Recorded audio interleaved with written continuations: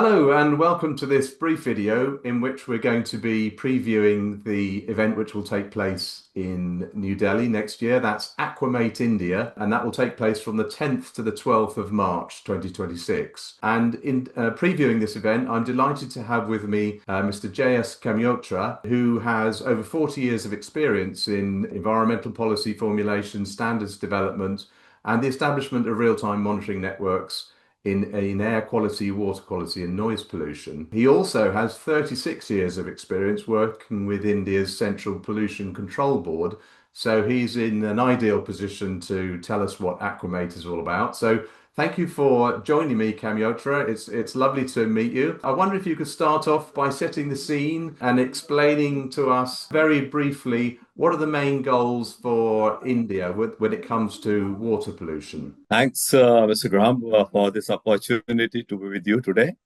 and share some of my experiences working with the Pollution Control Board and the environmental aspects of the country. In India, we have one of the major first Water Pollution Act, which was framed in 1974. That is the Water Prevention and Control of Pollution Act 1974, under which any industry which is to be established is required to take permission. Now, this permission given to the industry means certain conditions are imposed on the industry, and they have to comply with those conditions vis-a-vis the effluent quality.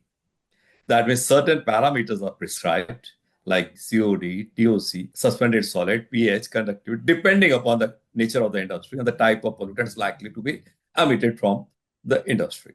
And now these standards are framed depending upon the place of discharge. So any industry non-conforming to these standards is considered a violator. When the story began of pollution control in India, at the time, the industries were required to get a sample taken quarterly or 6 monthly or once in a year, depending upon the nature of the industry, the size of the industry, the scale of operation of the industry. But now, most of the industries which are categorized as red category of industry. Red category means the highly polluting industry, that is from the pollution potential point of view.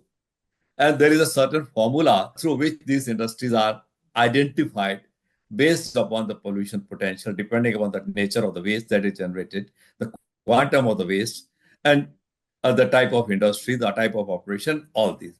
So now these industries are required to monitor their effluent on continuous basis. And this is a major challenge now. Any instrument that we put for continuous monitoring needs to give a reliable data, a data which is true, nearly true to the emission quality. Otherwise, its relevance is lost. So the monitoring becomes a major portion of any sample which is taken for its reliability, precision, accuracy, and stability.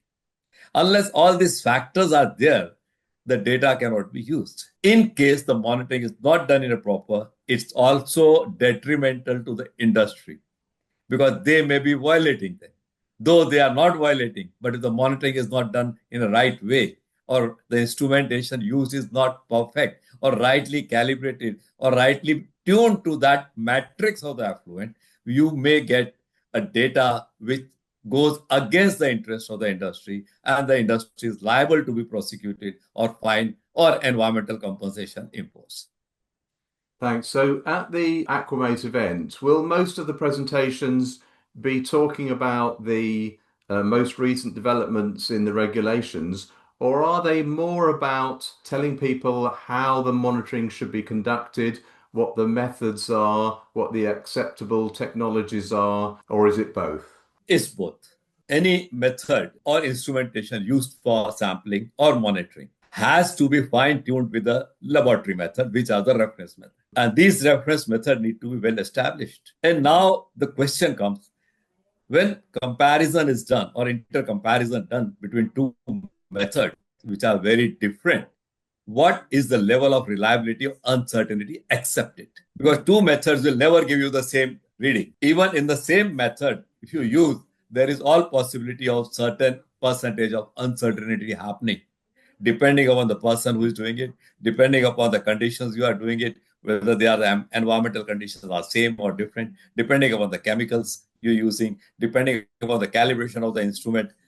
So depending on even the calibration of your glassware, quality of the chemicals, and when we compare it with the instrumentation, there is all possibility of additional errors coming into that. So we need to have a steady instrument which gives stable reading over a long period of time.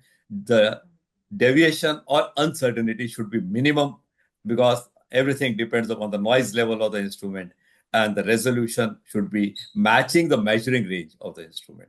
So many things need to be looked when we talk about a good instrument, which can give me a reliable results, which can give me a precise.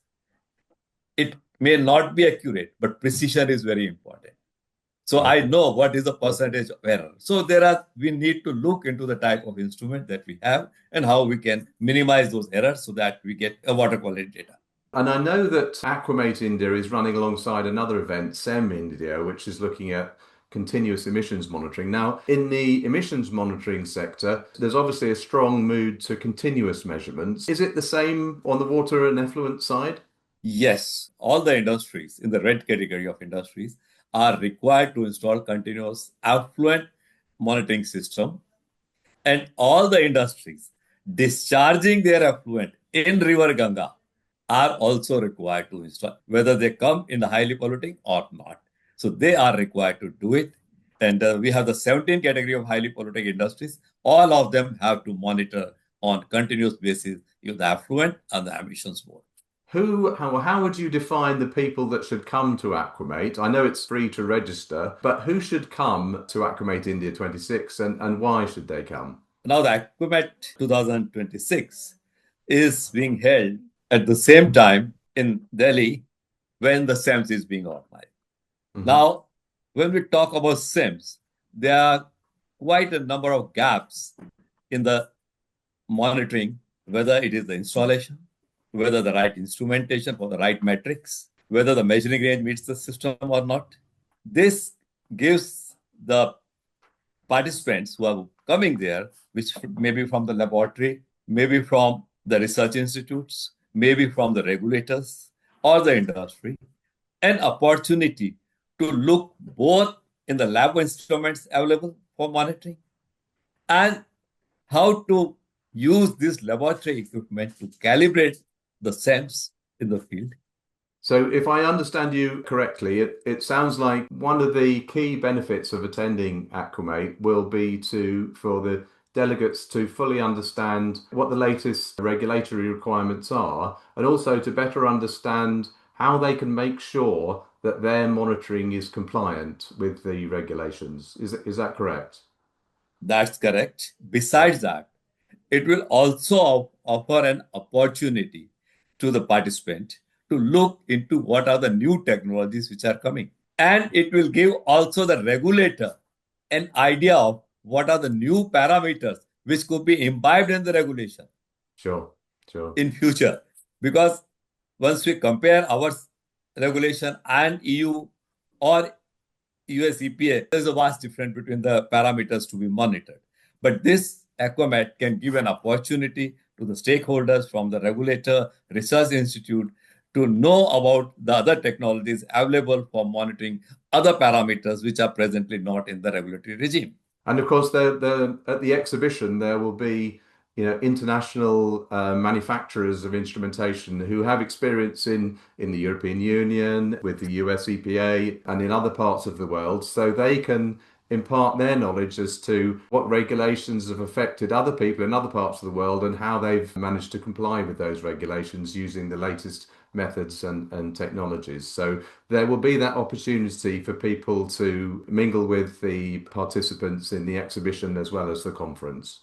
That's perfectly right, Mr. Graham. Mm-hmm. It gives an opportunity to both the sides to interact, to learn from their experiences. The reason being, EU or US, or for that matter, Scandinavian countries have good technologies. But these technologies need to adapt it, not adopt it, need to be adapted to the Indian conditions. Because when we talk about river quality monitoring, our rivers are not that clean. What you have in EU, Rhine, Mainz, anything, Thames. So that system will truly not work unless it is adapted to that. Second point is that our industries are not on the same scale of operation. Some industries are in a room, working in a one room with two persons, and some industries are such a big size, internationally bigger than most of the industries in the world, even. Like steel sector. Some industries produce 200 tons of steel per day. But now we are having plants which will produce 25 million tons of steel per year. So now you compare. So we get an opportunity to look into the technologies available which can be used for the small scale sector, the large scale sector, and the vendors get an opportunity to know what is required by the small scale sector and what is required by the big scale sector. So now two different things. It's a learning for both the vendors as well as the Indian researchers, the stakeholders, the regulators, everybody. That's excellent. Thanks very much for that, Kamyotra. It sounds like, especially in conjunction with the SEM India event, this will be a great opportunity for anybody with environmental responsibilities industry to gain all the latest information and knowledge that they need. So I should mention that it's possible now to register to attend the event. So thank you so much for your time, Kamyotra. It's been great to speak to you, and I hope it's going to be a wonderful event. Thank you, Mr. Graham, for this opportunity, and wish you all a success on the great event, AQUAMATE 2026.